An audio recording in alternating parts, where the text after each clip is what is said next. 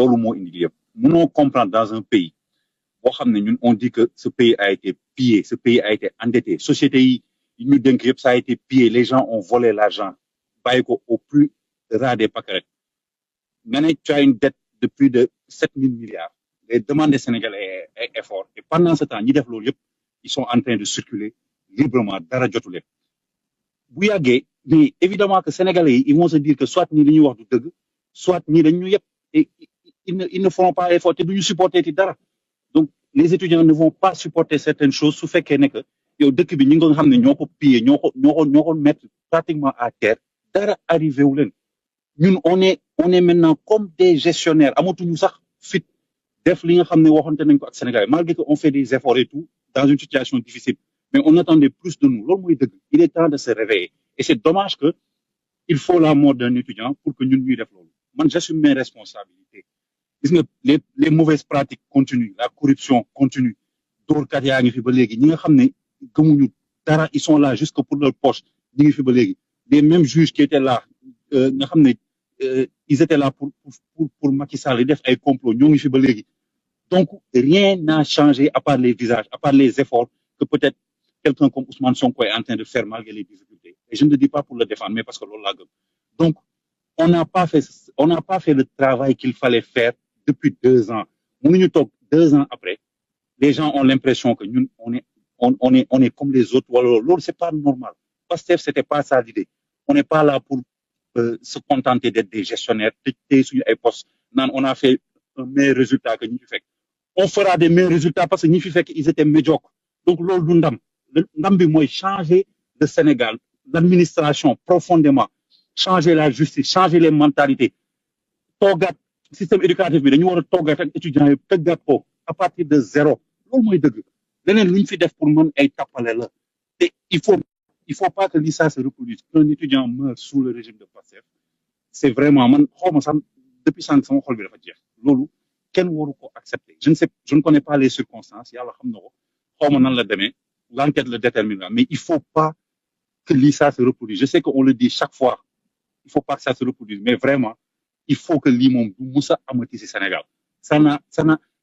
kenn mënu ko justifier en fait on peut pas le justifier donc il faut que ça s'arrête il faut qu'on soit conscient lu tax Sénégalais yi teg ñu fi Sénégalais mun na muñ lu nekk parce que mun nañ 60 ans yoo xam ne ay benn élite corrompue moo fi nekk di def lu leen nekk ci dëkk donc mun nañ muñal benn régime boo xam ne ñëw na pour le changement mais changement bi dañ leen koy won dans le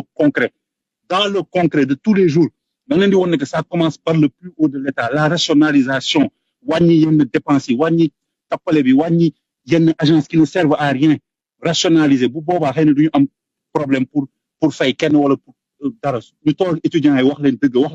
li mun nekk ñu tegaat benn système bu bees loolu la ñu war a def je suis vraiment désolé qu'on en soit arrivé à un mort pour que après ñu mun def yooyu lii ça ne doit plus jamais se reproduire ki gaañu malheureusement ba pare kenn mënatu ko dindi mais lii waratuñu ko nangu et c'est pas trop tard de changer ce pays là c'est possible mais il faut du courage politique et de la volonté il faut avoir peur de personne ñun lobby faluñu kenn faluñu Sénégalais yi ñoo jël seen carte yàlla suñu borom dogal ko ñu fal ñu donc on a à avoir peur de personne on n'a pas à hésiter il faut que mentalité yi change la mentalité des policiers la mentalité des gendarmes la mentalité des juges tubaab bi li ñu bàyyi loon mooy benn élite boo xam ne su ñun la bokk ay nit yu ñuul lañ comme ñun mais ils traitent les gens comme des esclaves Sénégal service public baaxul les gens sooy dem sax ci service public il faut donner quelque chose pour avoir un bon service il faut tout le temps être dans la corruption Sénégalais on les traite comme de la merde sooy ut kayit sax boo xam ne sa droit la tout le temps on te fait vivre la galère alors que am na ay benn catégorie benn minorité boo xam ne lu leen neex la ñu am ci dëkk bi ils sont capables d'échapper à la justice d'échapper à la loi yooyu la ñu war a adresser c'est pas de la démagogie loolu moo tardel dëkk bi moo tax Sénégalais yi nekk ci suuf des fois ils se sentent vraiment comme des citoyens de seconde zone gis nga affaire yooyu tant que réglé wuñu ko yu mel ni dina amati di amat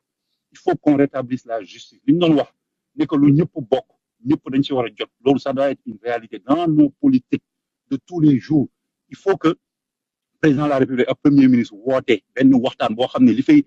jógee ce seront plus des paroles ce seront plus des papiers parce que dañu sonn ci séminaire yeeg ci réflexion yeeg yooyu yëpp il faut agir maintenant et si on échoue réew yi ko bëggoon def ci Afrique yëpp vont échouer FMI mi ngi ñu teg choc ñëpp a ngi teg choc parce qu'ils veulent qu'on échoue parce que si on réussit ça va faire des émules en Afrique on n'a pas le droit d'échouer waruñu bàyyi